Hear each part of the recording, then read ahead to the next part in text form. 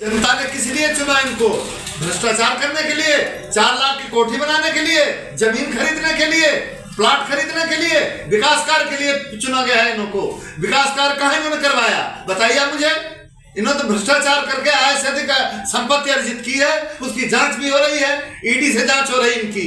क्या बात करते हैं आप? ये भेजा गया कि विडंबना, भ्रष्टाचारियों द्वारा भ्रष्टाचार के खिलाफ भ्रष्टाचारी को ज्ञापन, मतलब भ्रष्टाचारी को ज्ञापन मतलब एसडीएम भ्रष्टाचारी है, एसडीएम को तो भ्रष्टाचारी बता रहे हैं। अरे भाई सूप बोले तो बोले, चलनी क्या बोले जिसमें 72 छेद। भाई अपनी देखो तुम। और वो बोर्ड भंग होने की संभावना है। जहां बोर्ड भंग हो गया ये चेयरमैन जमीन पे आ जाएगा अपने आप। तो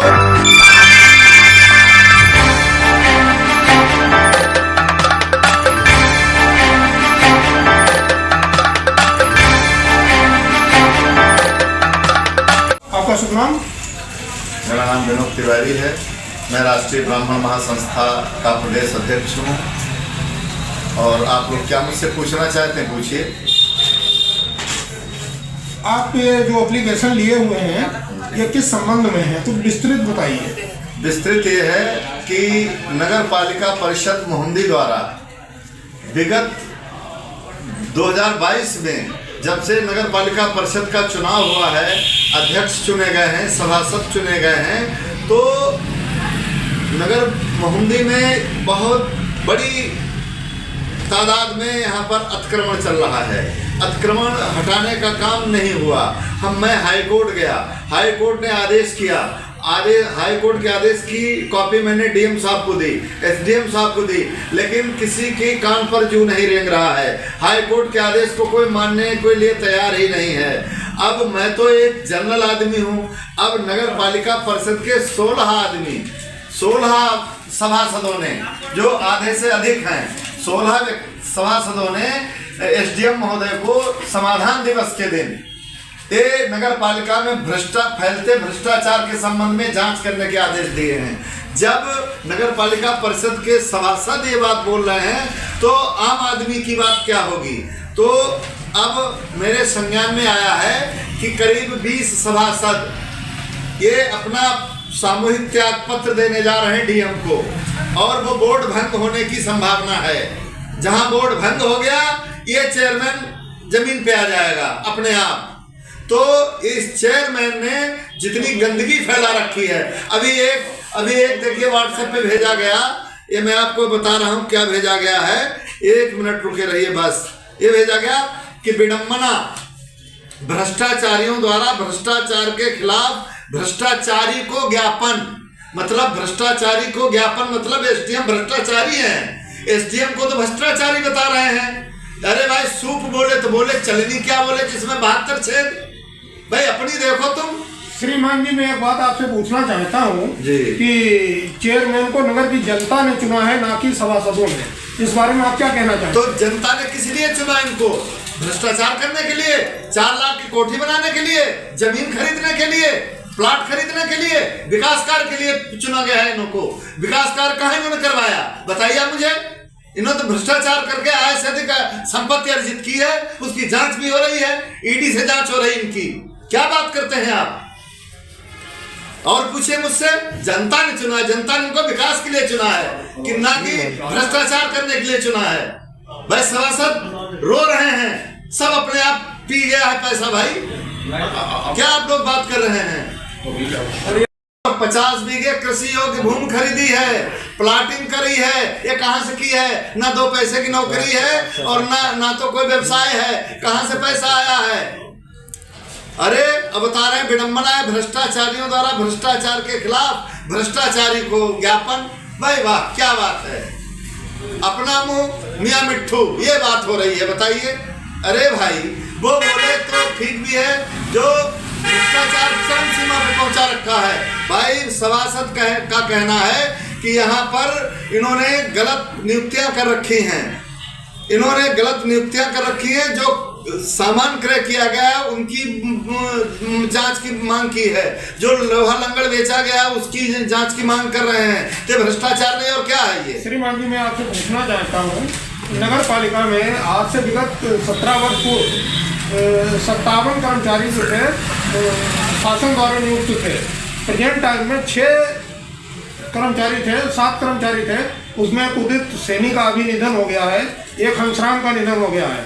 नगर पालिका में सिर्फ 5 ही शासन द्वारा नियुक्त कर्मचारी हैं, बाकी सब आउटसोर्सिंग के कर्मचारी हैं। आप हमको इस बारे में सर आप क्या कहना चाहते हैं? आप हमको ये बता दीजिए कि हमारे बड़े भाई श्री शिवनंदन रस्तोगी जी, इनकी नियुक्ति कहाँ शासन से है? इनको तो चेयरमैन ने डीएम के माध्यम से नियुक्त करा लिया, जो सभासदों ने भी मांग उठाई है। ये तो शासन से कहा है, तो डीएम ने इनको करा लिया है, इन्होंने बोर्ड से इनकी नियुक्ति कर ली है। ये शासन की नियुक्ति नहीं है इनकी। और वो उन्होंने खुद कह दिया है कि मेरे ऊपर आरोप लग रहा है, हम मार्च में इस्तीफा दे देंगे यहाँ से। वो बहुत अच्छा काम, मैं उनको बहुत धन्यवाद देता हूँ।